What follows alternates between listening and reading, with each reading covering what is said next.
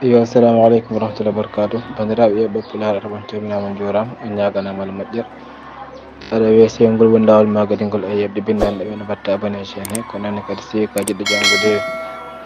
defte walla arab aɗa wawi jokkodirde on ɗon numéro peñowo ɗon. Ayo hande en garat e windande meɗen hesere e deftere meɗen sharhu al kafrawi alal ajrumiya to kay ɗemgal pulaar. deftere meɗen nahu hande toɓɓere meɗen mawdu o ko aqsamul i'rab woni pecce i'rab en kalino ko woni i'rab e windere men yewtude so tawi a heɓani rewindade on ɗon vidéo liye peñowo ɗo noon ko kañum woni al i'rab aɗa wawi ƴewde ɗum babul i'rab. aywa aqsamul i'rab pecce i'rab o wi thumma akhadha yatakallam caggal nde o pari e i'rab nde hankanti o naatini omo haala ala alqabil i'rab e baccoji i'rab mu'abbiran anha omo habriri ɗum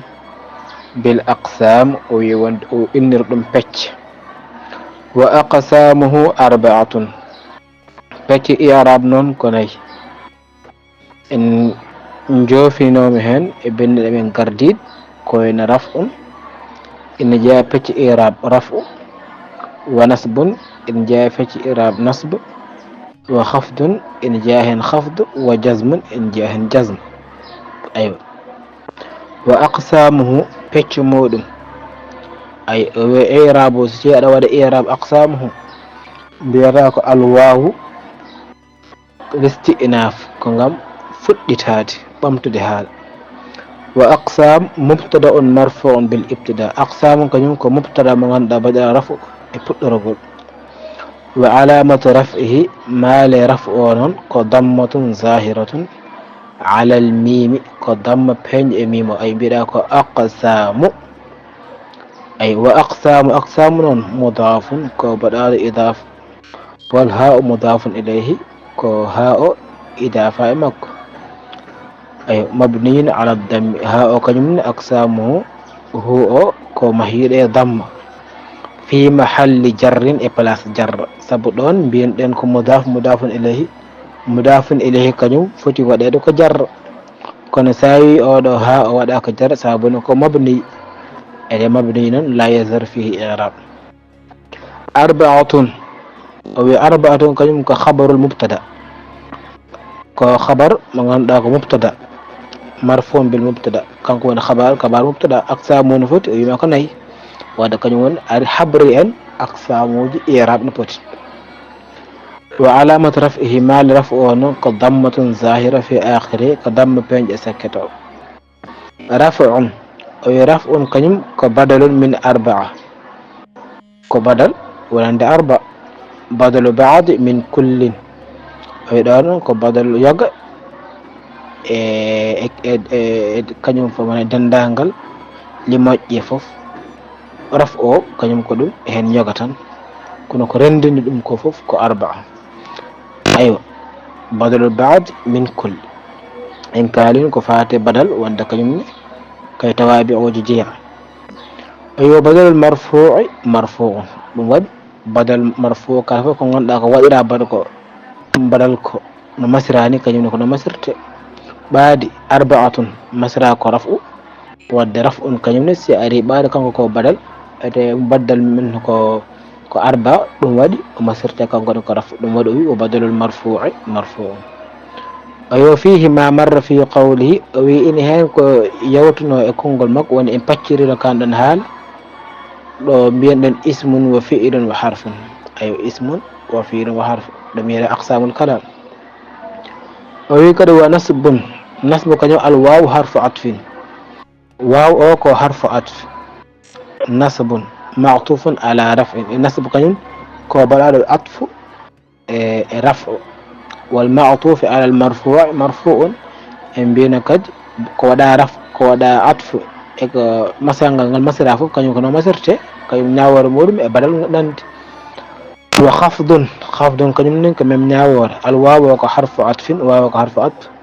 خفض معطوف أيضا عطف معطوف على رفع كون ولا عطف كي رفع ويكون ولكي لمدني أي رفع نصب خفض والمعطوف على المرفوع نون مرفوع كالفف كو ودا عطف يكون دم كو رفع كلمة رفعت وجزم إن جاء بتش مولم كده جزم الواو حرف عطف واو حرف عطف جزمك معطوف على رفع كلمة ودا عطف كي رفع والمعطوف على المرفوع مرفوع كالفف كو ودا عطف كو رفع كلمة رفعت يعني أن ألقاب الإعراب أربعة يلي بيرم روندي باتشوجي ولا بتش إعراب كلمة كناي رفع ومعناه لغة العلو معناه استويا مرفوع فانتهن تبنج لغة كهون هيتر ندو كطوال واصطلاحا كتغيير مخصوص تغيير مخصوص علامته الضم معناه كبايلو قال بايلو قول keertiringol mana keeringol bayrugol keeringol ganduɗa mande muɗum ko damma alamatu addamma kala fo jiiɗa rafu wiya alamatu addamma kadi wama naba anha so wima naba anha firta ko damma tan wonata alamo sabu goɗɗi ene wawi wonde alamo ko ene waw walla ko ene alif ɗi fof ene wawi wonde ene wawi lomtade damma kono laslo kam rafu alama muɗum ko damma wa yakunu fil ismi wal fi'l o rafu noon kañum ene wawi nadde e ismu ene wawi kadi nadde e fi'lu naho ko wayno yadribu zaydun nani fiya ay ɗo fa yadribu kañum ko fi'lu ay ete fi'lu mudari marfu on kanko fi'lu mudari mo ganduɗa baɗaɗo rafu wadde ko fi'lu ete rafu naati hen ay ɗum waɗi wi wa yakun fil ismi wal fi'l ay marfu on bidamma wa zaydun kañum ko ismu o fa'il marfu on aydan bidamma kanko ko fa'il ede gandi fa'il ko ismu paɗiraɗo rafu damma wadde firti ko rafu ina wawi nadde e ismu ina wawi kadi nadde e fi'il ngan e nasbu wan nasbu wa ma'anahu lughatan al istiqama sen mbi nasba manam muɗum to banggue lugha manam ko poccugol al istiqama واصطلاحا تبانغ اصطلاح كتغيير مخصوص كنيمنا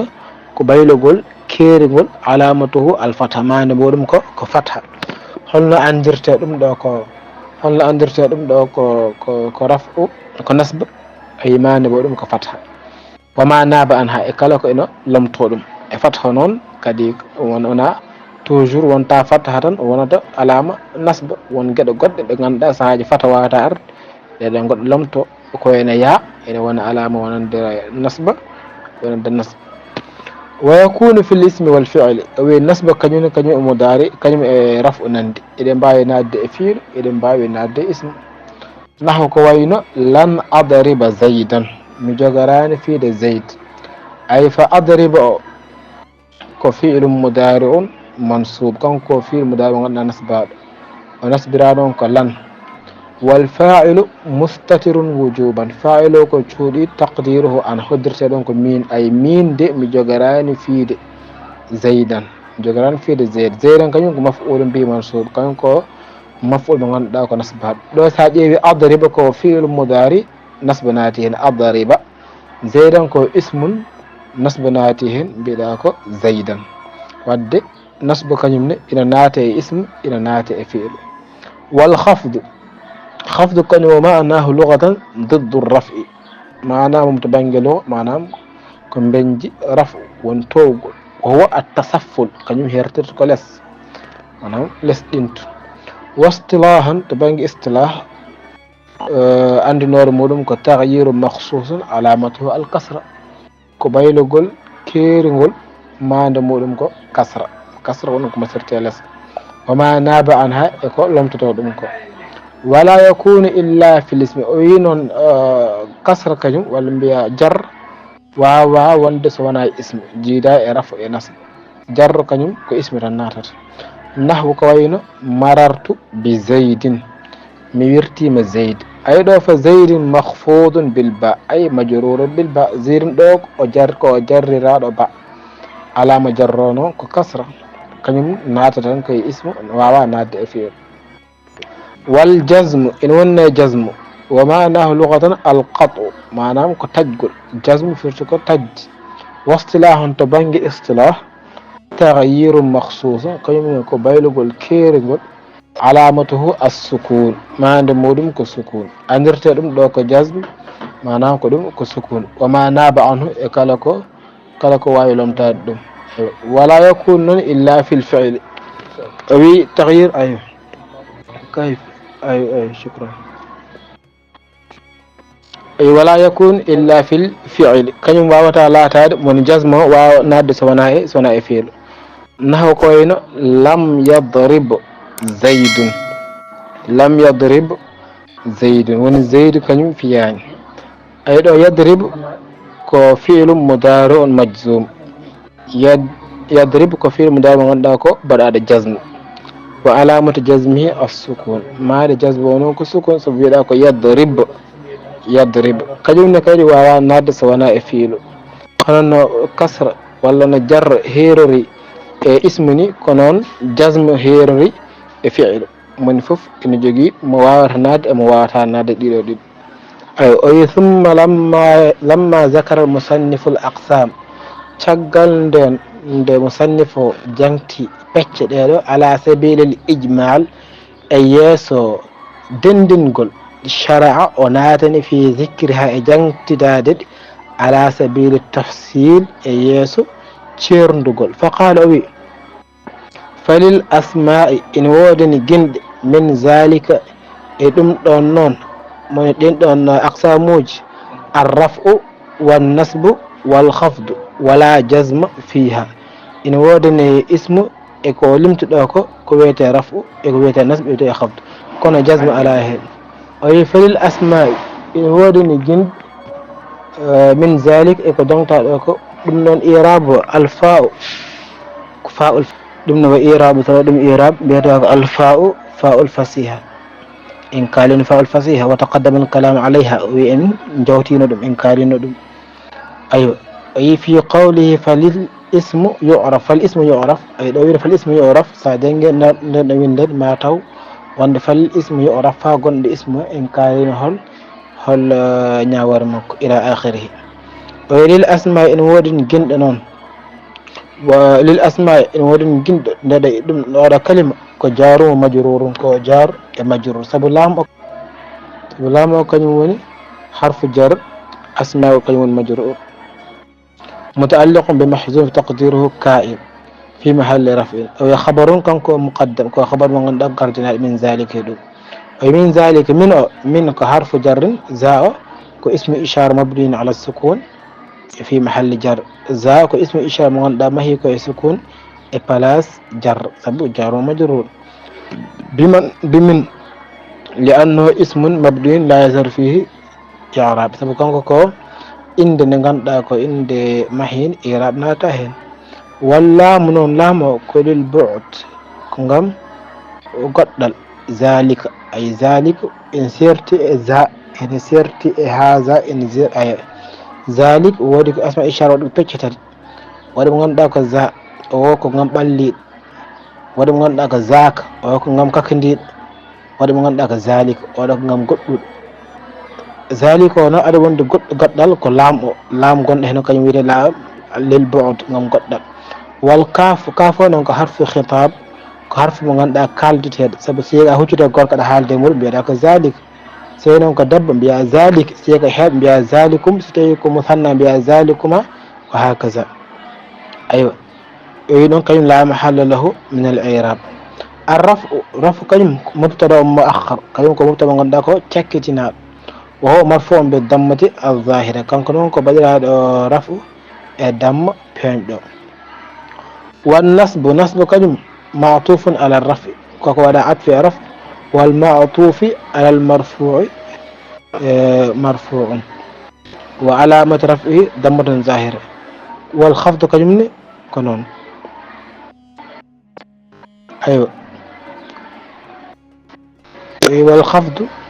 معطوف أيضا على الرفع والمعطوف على المرفوع مرفوع أي ولا جزم الواو حرف عطف لا نافية للجنس كلام كقولي جنس تعمل عمل إن قلتك قلل إن أي تنسب الاسم نصبت اسم وترفع الخبر دم رفع خبر أي تنسب الاسم وترفع الخبر. وجزم اسمها مبني على الفتح جزم كنم وني اسم لا كو مبني على الفتح أفهمي دي في محل نسب الإبلاس نسب سبيلا لا نسبت اسم جر خبر ولا رفع خبر لأنه سيجزم كنم ونسب لأنه اسم مبني لا يظهر فيه إعراب جزم كنم اسم مبني مغنى إعراب فيها فيه كحرف جر فيه كحرف جر والهاو في محل جر ها ونكي بلاس جر في كحرف جر هاكو مجرور بفي والجار والمجرور متعلق ببحث تقديره كائن خبر لا يعني أن الرفع كفانتي وند رفع والنصب نصب والخفض خفض كان تكون في الأسماء أدنغنا إجن فالرفع سيغ رفع نحو كوين جاء زيد كوين زيد أري والنصب نحو كوين رأيت زيد مي زيدا والخفض كوين مررت بزيد ميرتي زيد أيوة هكذا. وقول ولا جزم فيه أقدوي وند جزم أراهنكم دم فرتك يعني أن الجزم لا يدخل الأسماء كيم ناتا إجند لما سيأتي سبوك في أردكو. وقوله كونغول مكدوي وللأفعال إن ورن كد في الوج من ذلك يدم الرفع والنصب كيم فيل كيم هيرتان كيم كرفع النصب والجزم الجزم إلى تاتي كدي ولا خفض فيها خفض كيم على هنو يرنوتو ولا جزم فيها. ويعلم إيرابه مما مر قبله دم نون إيراب مولم توغناتن إكو مدد إيراب جونيكو يعني فرتك أن الرفع والنصب والجزم ديرو تكون في الأفعال كيفية لجبنات رفع النصب الجزم كيفية لوانا فيل. فالرفع نحو يضرب من قولك يضرب زيد كون مدعوي يضرب زيد دوكو رفع. والنصب نصب كوين نحو لن أضرب مجغران فيد من قولك لن أضرب زيد سيدي ويد مجغران فيد زيد. والجزم جزم كلمة نحو كوين لم أضرب أي من قولك لم أضرب زيد من دم فيها زيد ولا ما دا في زيد. فدل ذلك دم تندي على أن الرفع والنصب رفع نصب كلمة مشتركان كان عندند بين الأسماء حكون جند والأفعال في الوجه. وأن الجر أين جر كان خاص دم هير ريتانكو بالأسماء كي جند والجزم جزم كان خاص دم هير ريتانكو بالأفعال كي في الوجه. وإنما اختص الاسم ساين سبيما أنا مهير ريم اسمه بالخفض خفض دم كل خفته كثابني كيف قل اسمه وثقل الجر اسبابني تدغل جر فتعادل دي فتندر بليس امي دم فتندر تد جاتا كويدو جاتا دو وادي اسمه ان هويف جر ان تد كان تنباوت يادو. ايوا ايضا لكون الاسم كديك وند اسمه هو الاصل في الاعراب كن الاصل الاعراب ايوه فاختص دم كريم هيرتري بحركه زائده حركه من غندك بيدي عن الفيل غاغا فيلو بخلاف الفيل سي فيل كنم فإنه ثقيل فيل كنم إن تد إن لوس ندير اسم إن هوي فيل كنم إن تد. والجزم كنم خفيف جزم كنم ساي كنم واوند اسم صابني إن هوي اسم إن هوي جزم إن هوي دون دمباتا يادوت أيوة. فقابل ثقل الفيل خفة الجزم دون بعد فيل كو تدد جزم فيل كو تدد جزم كو كويفود كان يد باوتا يادود بعد نون اسمه كانيم نكادي كو كويفود كنون كادي خفض ولا جر كو تدد كان باوتا يادود دون ودي وي ثقل فقابل ثقل الفعل خفة الجزم دون ودي يرندرا تدد الفعل كويفول جزم فتعادل دي بوتندير ايوه دون وني ادني ان ويد وند خفض كهير رجعك اسمه سب خفض إن تدي اسم إنه هوي جزم كان من هير رجعك فيل سب جزم إنه هوي فيل إن تدي أيوة. وين باب معرفة علامات الإعراب دمل قندقل مال إعراب أيوة. لما قدم الكلام على الإعراب gilandeen noon o ardini haala e irab wa aqsamihi e pecce muɗum shara'a o naatini yatakallam omo haala ala alamatihi e maali irab fa qala o wi babu ma'rifati l alamati l irab damal gandugol maali irab holno jirta ɗum ganda ɗum maale muɗum ko ɗum babu kañum fihi ma taqaddam min al awjuhi sabiq o wi babu noon en jaññotako hen saabu en jaññinoma hen e damuɗe gardiɗi ɗi sa yiiɗi famde ɗum yadare babul irab wal awwal kawnu khabaran li mubtada mahzuf saabu en mbino wonde gardiɗo ko wawi wonde khabaru mahzuf taqdiruhu hadha bab hoddirteɗo ko ɗum ɗo ko damal ha o wino ko harfa tanbihin wa zaka ismu ishara mubtada mabni ala sukun fi mahalli rafin o yo babu kañum ko khabaru mubtada ko khabar mo ganduɗa ko mubtada o marfu bi dammati zahira badal rafa dammu peñ on ɗon babu mudaf wa ma'rifati kañum woni mudafun ilayhi majrurun wa alamati jari al kasra zahira wa ma'rifati kañum mudaf wa alamati mudafun ilayhi majrur wa alamati jari al kasra zahira wa alamati mudaf wal i'rab kañum mudafun ilayhi majrur wa alamati jarri kañum ko al kasrati al zahira o wi noon alamatu rafi maale rafu lirrafi arba'u alamat o wi rafu kañum ina waɗi maale nayyi rafu ina waɗi maale nayyi addammatu gow alwawu ɗiɗi al alifu tati annun nayyi lirafi rafi kañum ne al alam harfu jar اللام حرف جر الرفع مجرور باللام ولام جر الكسر الظاهرة والجار والمجرور كنجني متعلق أرجوتي بمحذوف هون ممتاز في محل رفع إبلاس رفع خبر مقدم دون خبر مقدم أربعة كان مبتدا مؤخر كو مبتدا مغنى كشكتنا مرفوع بدل رفع وعلامة رفعه مال رفعه كو الضمة الظاهرة كو دم بينجو أربعة كان مضاف وعلامة المضاف وعلامات مضاف إليه مجرور وعلامة جر الكسر الظاهرة والضم نون كو بدل من أربع بدل مفصل كان كو بدل من كو مفصل في من مجمل أيوة أريكو ياكين كو غندا كو رندنا نون وينا وبدل مرفوع مرفوع بدل كو ودا رفع كان واتي دو رفع وعلامة رفعه مال رفع كو الضم الظاهرة كو دم بغندا كو بينجو أي والواو نور واو قيمنا كحرف عطف حرف عطف مغندا معطوف على الضم الواو معطوف على الضم أيوة والمعطوف على المرفوع مرفوع ولا عرف نون إيكو رفع قيمنا رفع أيوة أي والاسم والألف ألف كلمة الواو حرف عطف الألف معطوف أيضا على الضم والمعطوف على المرفوع مرفوع وعلامة رفعه الضم الظاهرة والنون كلمة كذلك الواو كحرف عطف النون معطوف على الضم كولا عطف ضم والمعطوف على المرفوع كولا عطف ورفع قيمة رفعه وعلامة رفعه ما لرفعه كالضمة الظاهرة كضم بينج في آخر سكته يعني دون فرتكو أن علامات الإعراب أين ما لبتش إعراب كيم الدالة دعنا كتندنوج عليه مؤمن منها ما يكون علامة للرفع يعني هيك عند إن لا تونا مال رفع منها ما يكون علامة للنصب إن هنكو إن ونا مال النصب ومنها ما يكون علامة للجر إن هنكو إن ونا مال جر ومنها ما يكون علامة للجزم إن هنكو إن ونا مال جزم وقد ذكرها وجنتي مدن دنجد على هذا الترتيب إنقل ديوندرال مقدما وما أردن علامات الرفع مال رفع لقوته سبب سنبد مودم وشرفه التدين مودم بكونه ونددم إعراب العمد كمان إعراب غندا توغنا وبدأ بالرفع وتدريها جوني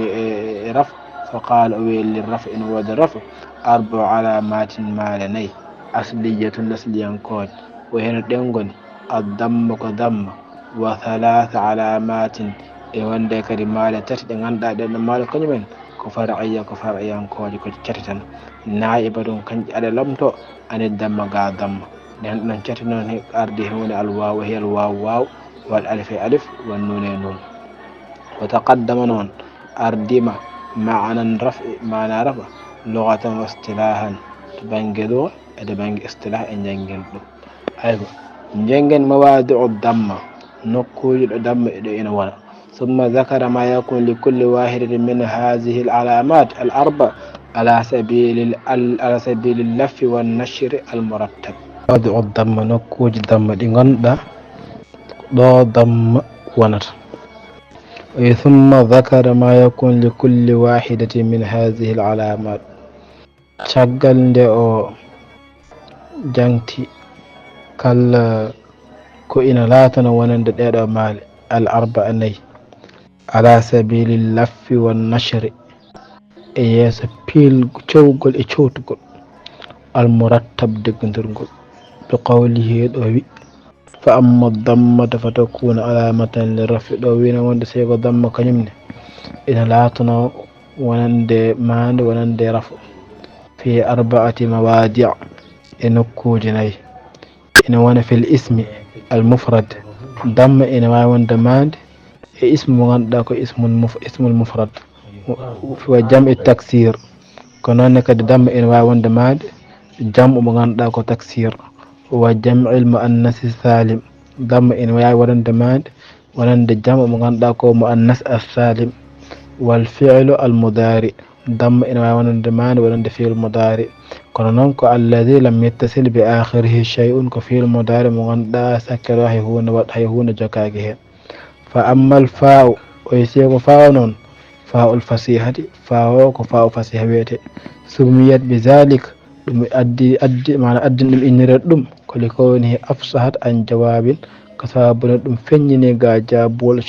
شرط مغندا أو مقدر قدر تقديره هدر تدونكو إذا أردت معرفة ما لكل علامة من هذه العلامات سينيدا مويدا كو أندو ونند هلكو وودني كلمة ندى مالي فأقول لك بالويما أي فاء الفصيحة. أما الضم سيضم إلى آخره. أما حرف شرط وتفصيل أما قيمة كحرف شرط نوبة غندا كو باتشرو سوي أما رن هان كان فيرتا تاغان دum yawde han kadi woni ke facciran dem han kadi ko fay arde ko ويدو الضم مفكر ما يكون مبتدا مرفوع بالابتداء كمبتدا من غندا ولا رفع ابتداء وعلامة رفعه ما رفعه كالضمة الظاهرة كضم غندا بين. فتكون الفاء فانون إن لا تواقعة إن أري إن يعني في جواب إجاب تاد أما تكون أي أما تكون في المضارع تكون كن في المضارع من غندا متصرف من كان الناقصة كان من غندا كان الناقص. أيوة يرفع الاسم أن كان وما رفع اسمه وينسب الخبر وما نسب خبر. أيوة اسمها كلمة ضمير مستتر كو ضمير مغندا تشودد فيه جوازا دغغل تقديره هدرتدون كو هي أي ضم هي يعود على الضم كلمة مرتد كو فيدي ضم دمنا علامة ونن دمان بالنسب نسب كلمة ويكلم خبرا كدو خبر تكون من تكون أمبين وند تكون كفير ناقص مغندا يرفع الاسم وينسب الخبر علامة كيمون خبر تكون كانكو منصوب كو نسبات وعلامة نسبه ما نسب ودمد كالفتحة الظاهرة كفتحة بين فتحة بين للرفع اللام كحرف جر اللام كحرف جر الرفع كان مجرور باللام كو جر اللام وعلامة جره مال جرون كالكسرة الظاهرة ككسرة بيندو. أين والجار والمجرور جار مجرور متعلق بعلامة كان نجويتي كعلامة. وجملة تكون واسمها وخبرها جملة تكون اسم مورم خبر مورم في موضع رفع خبر الضم فهمكو في موضع رفع خبر كلمكو ونكي بلاس رفع من ضم. في 4 في كحرف جر 4 مجرور بفي وعلامة جره مال جر الكسر الظاهرة كسر بين ودون و4 كن مضاف ومواضع مضاف إليه مجرور كن وعلامة جره مال جر الفتحة كدم فتحة نيابة عن الكسر on ɗon fata ari ɗo lamtare ko on ɗon fata ari ɗo lamtare ko kasra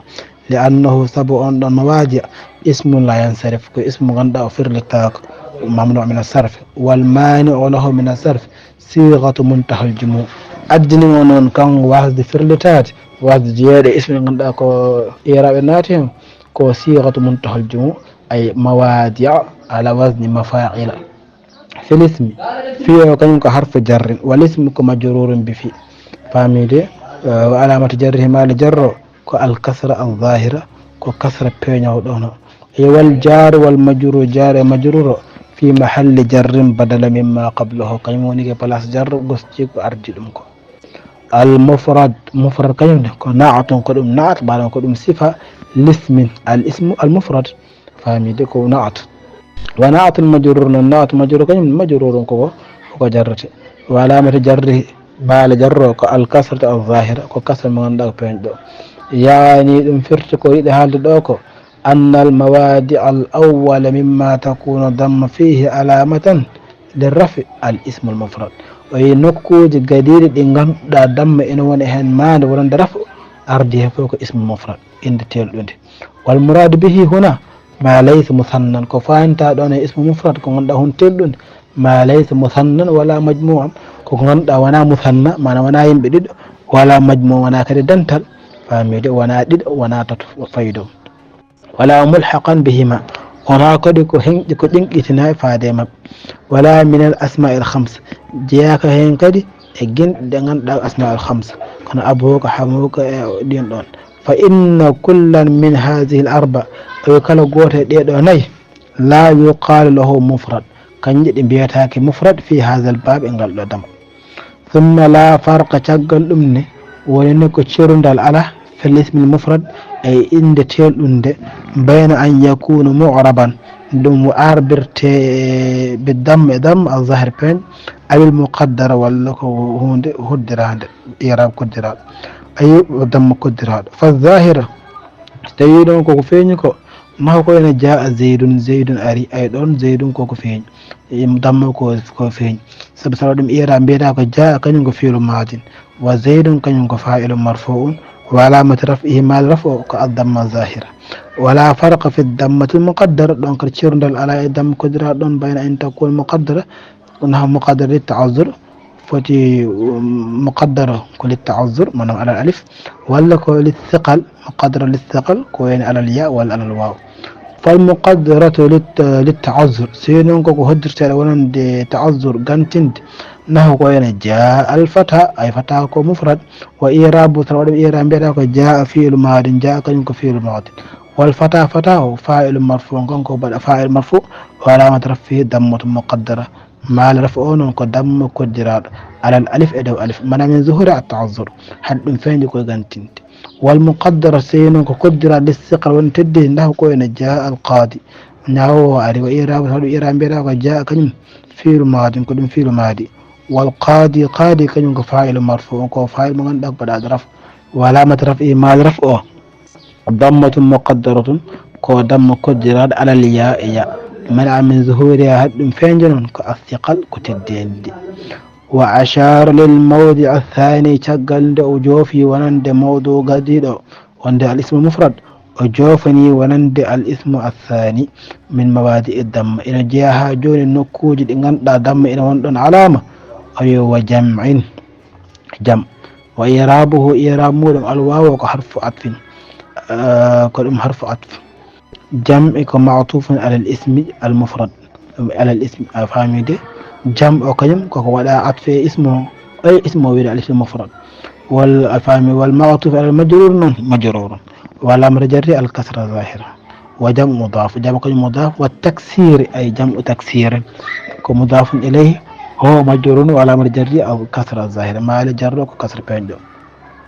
ويعني دم فرتكو يدو حال دوك أن الموضع الثانية أين النك إميج من غنطة دم مما تكون الدم فيه علامة للرفع من غنطة دم إن وندن ما عند ونند رفع للرفع جمع التكسير وانا اسم مفرد هاي جمع التكسير كده فاهمين دي دم إن وندن علامة للرفع ومعنى لغة مطلق التغيير فاهمين دي مطلق التغيير كوكولتا بايلوكول واصطلاحا بان اسلام ما تغير فيه بناء مفرده جمع تكسير فرتك manam ko mahagol mufrado teral ngal koko wayli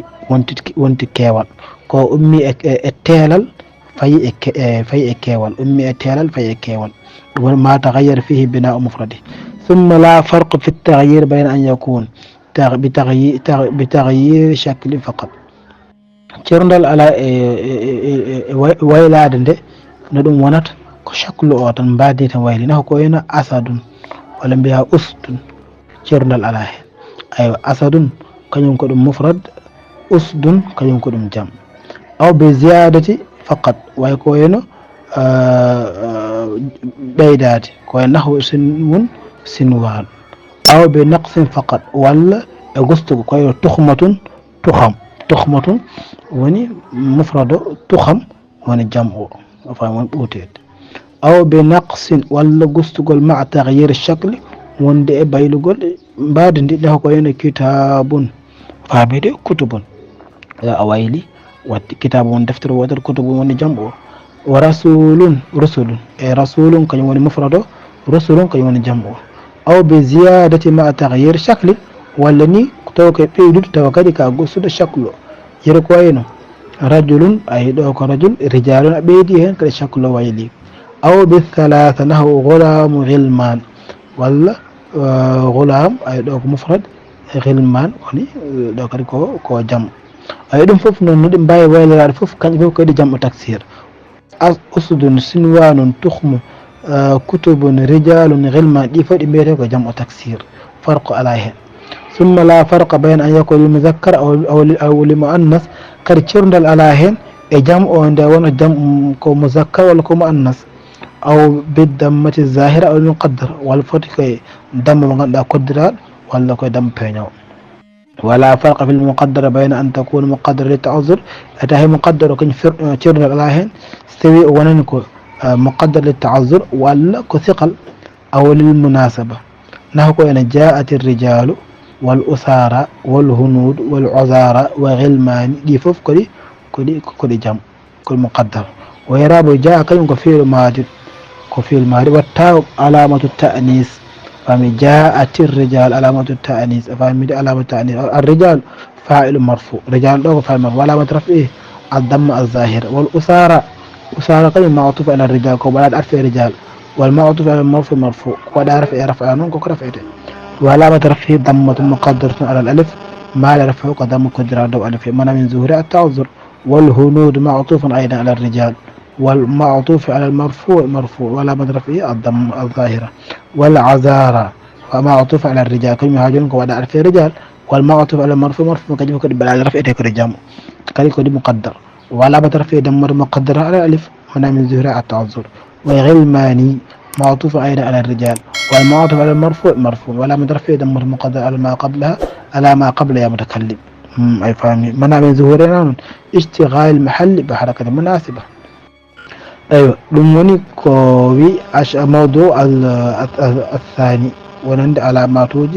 علامات وجه رفع أشار للموضوع الثالث أجوبي في وجه تبر وتندي تتبير بقوله وجمع المؤنث السالم ويتبر تتبير dengan ضم إن وندون علامة للرفع وجمع المؤنث السالم وإعرابه فرد من إعراب ميراك الواو كان حرف عطف جمع معطوف على الاسم جمع كان ودا إضافة عطف اسمه هنا نقدر دا والمعطوف على المجرور مجرور وعلامة جره كسرة ظاهرة في آخره وجمع كان مضاف والمؤنث مضاف إليه مجرور والسالم نعت لجمع سالم كان نعت لجمع أي تبويكو وجمع المؤنث السالم وجمع المؤنث السالم جمع عندك جمع سالم ونعت مجرور يعني انفرتك أن الموضع الثالث wonde nokku tati ɓiijo mimma takunu dammat fihi alamatan li rafi mo ganduɗa damma ina wonɗon alama wonande rafu ko jam'ul muannas salim wa huwa sanda holko woni jam'u muannas salim koma jumi'a bi alifin wa ta'in mazidatayn koko waɗira jam'u alif e ta ɓeydiɗi manam inde nde aslo arat ɓeyda sakketo goto alif e goto ta ko wayno nahu e hindatun mufrado wonno ko hindun ken hindun sa ɓeydi hen alif e ta wonata ko datun mbiya hindatun wadde fal jam'u zada al mufrad al alif watta jam'u ɓeydi mufrado alif e ta taqulu ja'atil hindatu hindu jingari wa i'rabu sadum i'rab mbiyata ko ja'a kanyum ko fi'l madin watta alamatu ta'anis ko mala ta'anis dewɗingol so mbiɗa ko ja'at sanne mbiɗa ko ja'a ɗum ko muzakkar kono addamma nanu ɗon ta o ko sababuni andinde yimɓe arɓe ɓe ko rewɓe ɓe kona worɓe watta alamatu ta'anis wal hindu kanyum ko fa'ilum marfu'un bid-damma az-zahira hindu kanyum woni fa'ilo waɗiraɗo rafu damma zahira way fa in kanat ta'u asliyatan si tawi noon ta gonɗo heno ko lasli misle ko wayno maytin jam'u mbiya amwatun awil alifi asliya walta ko alifa woni lasli naw ko wayno qadin mbiya qudatun ɗon la yuqalu lahu jam'u muannas salim ɗon o wiyetake jam'u muannas salim ayo bal huwa jam'u taksir ɗon ko ɗum jam'u taksir aɗa andi maytin amwatun alif e ta nan ɗon cekkiti kono addanan ɗum wonde jam'u muannas salim sabune ta gonɗo heno on ko lasli ayo ko nonne kadi mbiɗa qudatun aɗan alif e ta nan ɗon cekkiti kono ɗiɗi mbiyatake jam'u muannas salim ɓe mbiyata ko jam'u taksir wa aslu qudat sabi aslu qudat kañum ko qudayatun wonno ko qudayatun jam'u qadi jonta harrakatil ya'u masha wan fatha ma qablaha ko ardi ɗum ko fathi qudayatun ya'u ko masha ko ardi ya ko ɗum ko da'u ay waɗi fatha qudayatun fasara quda fa qullibat alifan ya'u noon o wakla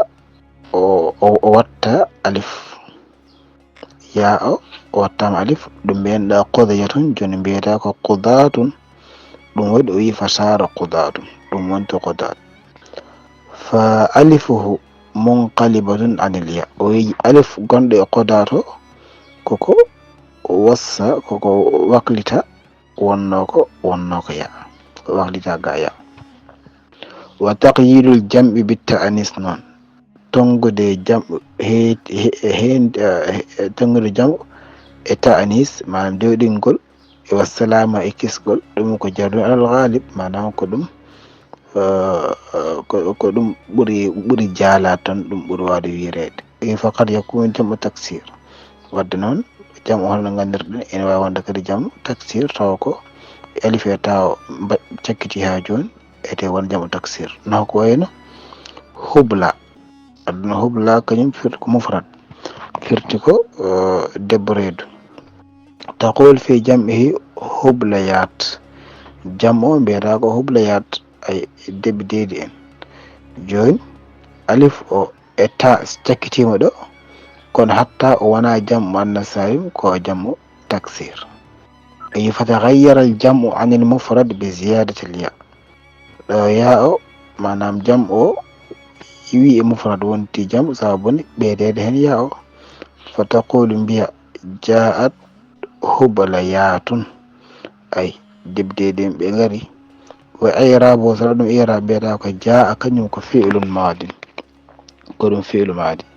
watta taw alamatu ta'anis kañum kono maade dewɗingol wa hublayat o kañum ko fa'ilu marfu'un bid damma kañum ko fa'il mo ganduɗa ɓe rafu damma wa qad yakunu noon jam'an li muzakkar ene wawi kadi wonde kadi jam'u ha joni wonande mo jam'u muzakkar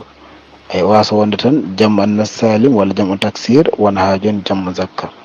tawa ko alif eta cakkiti ko wayno istabla istablun jam o mawɗo mbiyata ko istablat ay ɗo alif etta o cakkitima kono hatta ha joni ko jam muzakkar salim ay bi kasril hamzati fiha aywa taqulu hudimat istablat ma galle pucci ɗi kalama wa irabuhu so ɗum irab mbiyata ko hudima kañum ko fi'lun madin kañum ko ɗum fi'lun madin mabniyun lil majhul wa taw ko alamata tanis ko mande dewɗingol wa istablat kañum naibu fa'il kañum ko ɗum naibu fa'il wo marfu'un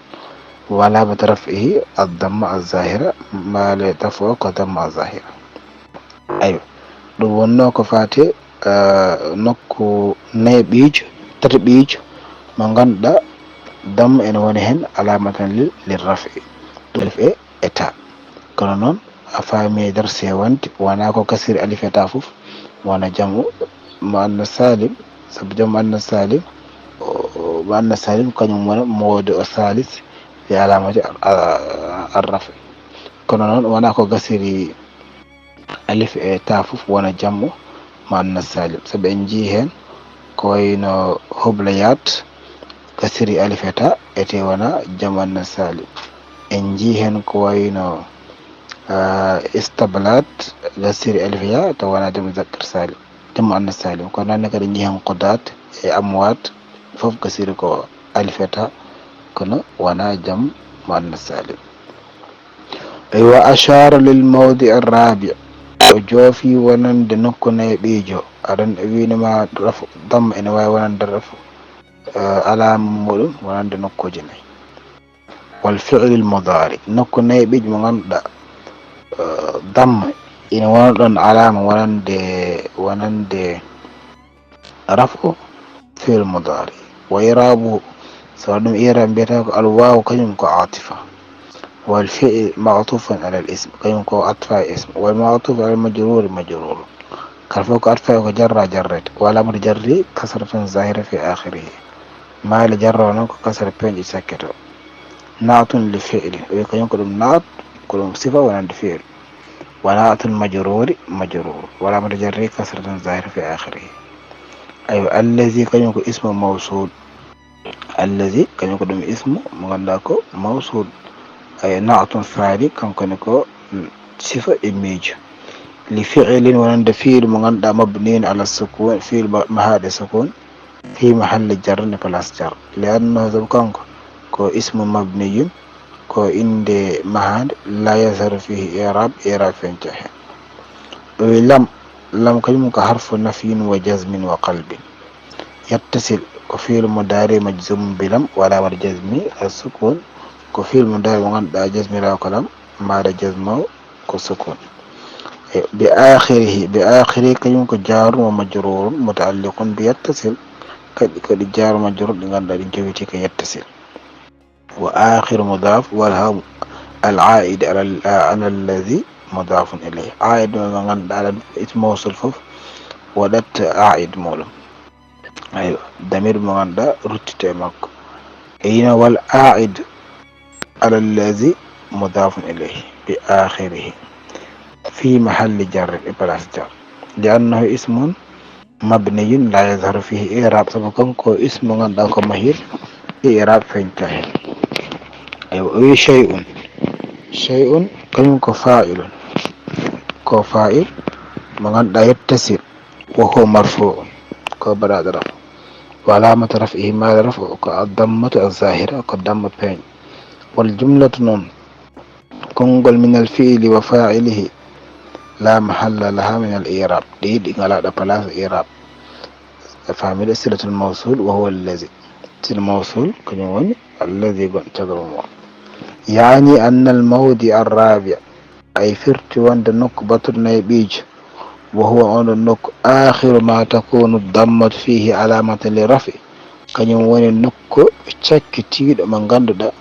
ضم إن ونهن ما ونند رفع ون الفعل المضارع فعل المضارع ضم إن ونهن علامة للرفع nahu ko wayno yadribu zaydun, zaydun nan fi a faami. Yadribu ko fi'l mudari, wa yakhsha wa yad'u wa yarmi. O irabu yadrib saɗa ira mbiyata yadrib fi'l mudari on, kanko fi'l mudari marfu'un ko baɗaɗo rafu litajarrudihi. sa yi noon o waɗama raf'u litajarrudihi ko sawabune yewɗudemo, sawabune telɗudemo minan nasibol jazim, ko nasbata ko walla ko jasmata ko natani hen. wa alamati raf'ihi maɗa raf o noon ko addammatu azahira, ko damma pewnƴo.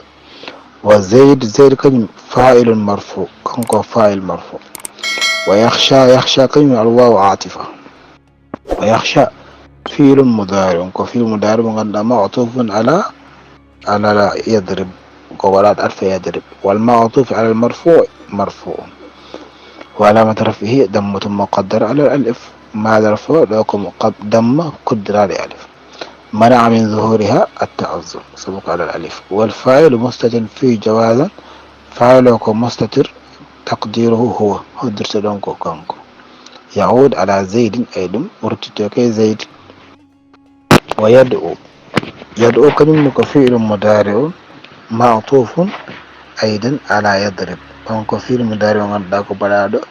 عطف يضرب، مرفوع بضمة مقدرة على الواو، ko baɗaɗo rafi e damma kodira dow wa. mana min zuhuriha athiqal,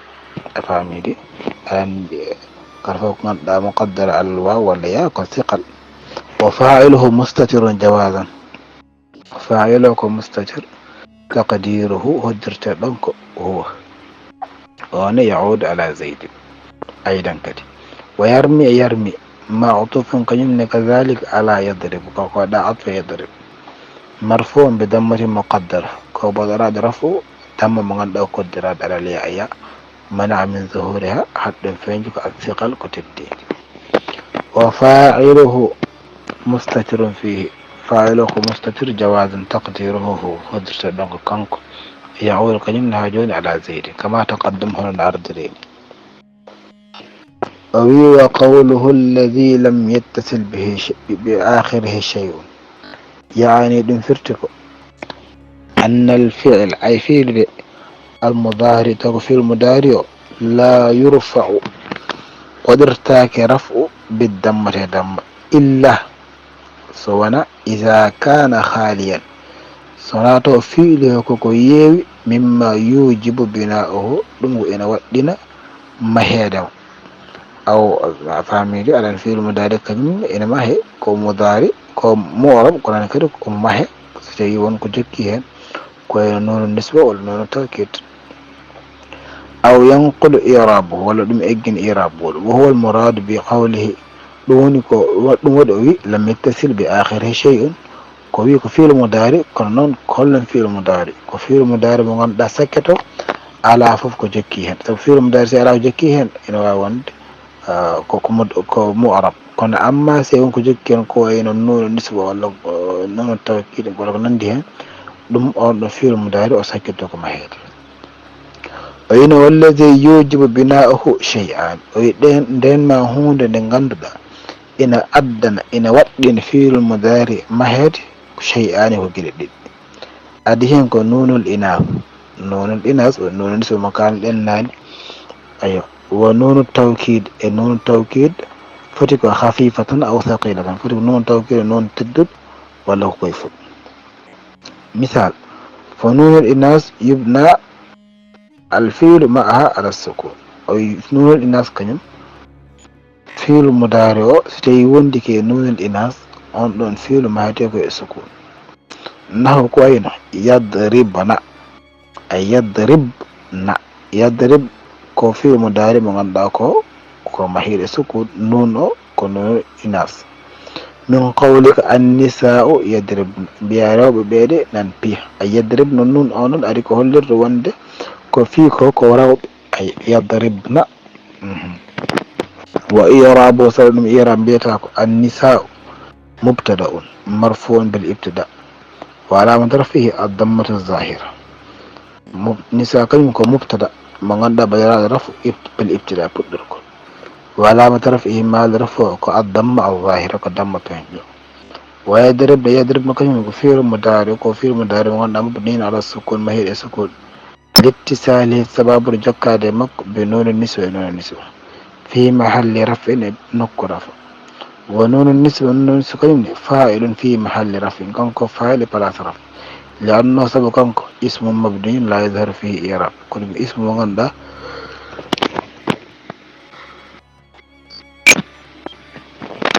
كرم اسم غندا مبني لا يظهر فيه إعراب فين والجملة من الفعل والفاعل كونغول فعل فاعل في محل رفع خبر مبتدا كيف يقولون بلا صرف خبر مبتدا ونون التوكيد إن جاء كده غندا إن ما أدن فعل مدار ما هاد نون التوكيد ويبنى الفعل معها على الفتح ستي نون فعل وندك نون التوكيد أن فعل ما هاد كي فتحة فنون التوكيد الثقيلة نحو الرجل لا يسجنن كوين سندكري مثال في نون التوكيد mo ganduɗa ko tedduɗo yermuɗum mbiyata ko arrajulu la yasjananna arrajulu la yusjananna ayo arrajulu gorko de la yusjananna mo fayi sokete wo irabu to ɗum irab mbiyata ko arrajulu mubtada on marfu'un bi dam ko mubtada mo ganduɗa ɓe rafu dam walla elam في لا يسجنن لام كنا لا يسجنن أن لام أويك موطئة القسم عليك جابتراد ونورند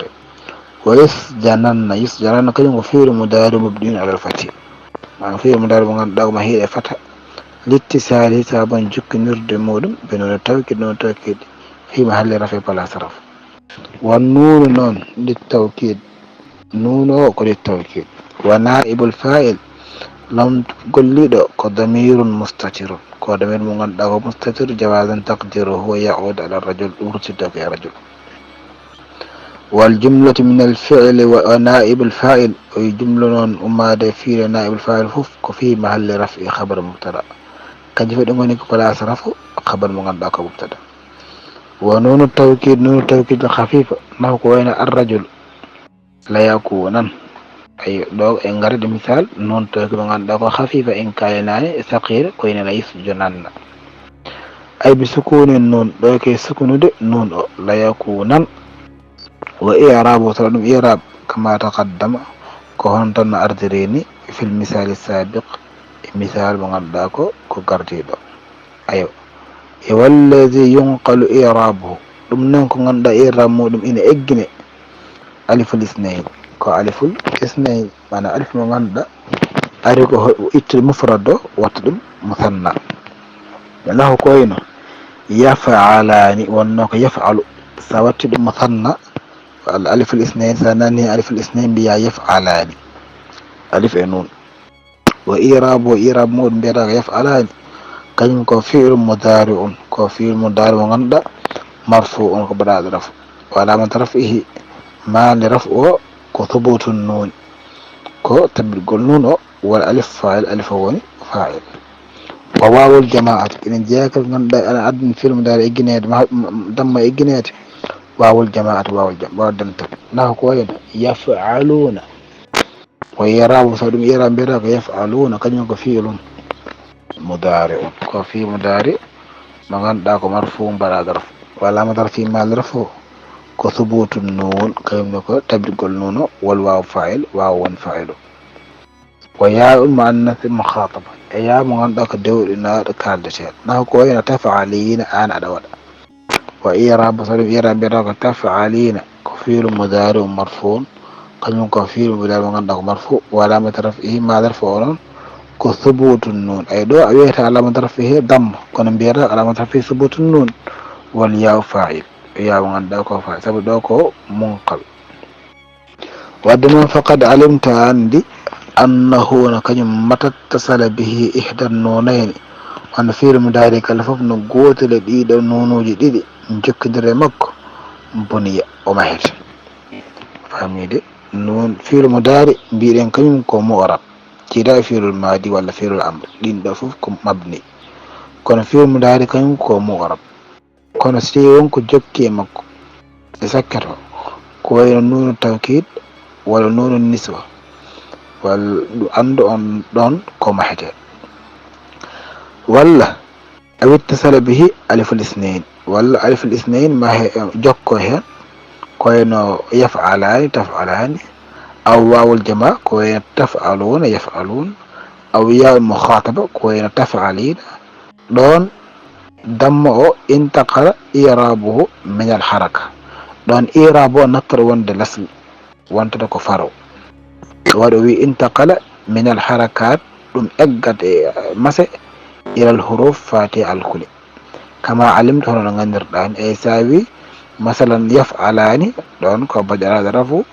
e subutun nun, alifo woni fa'il, yaf'aluna ko subutun nun, taf'alina mukhataba ko subutun nun. o wi ɗum noon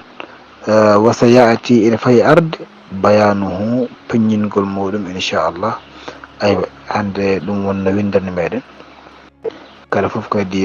joguiɗo hen namde walla ko manque e laaɓede ina wawi wadde en namde commentaire uji ma en jabtude inchallah. ko noon kadi sa wadde abonné batta abonné chaîne gam bindanɗe mbasa daddema. so jiɗɗa ko bindanɗe WhatsApp aɗa wawi jokkodirde amen e on ɗon numéro peñoɗon foti ko arab walla ko defte. assalamu aleykum wa rahmatullahi wa barakatuh. ha ko gaɗen e windande meɗen heesere ma yanub anid damma inchallah.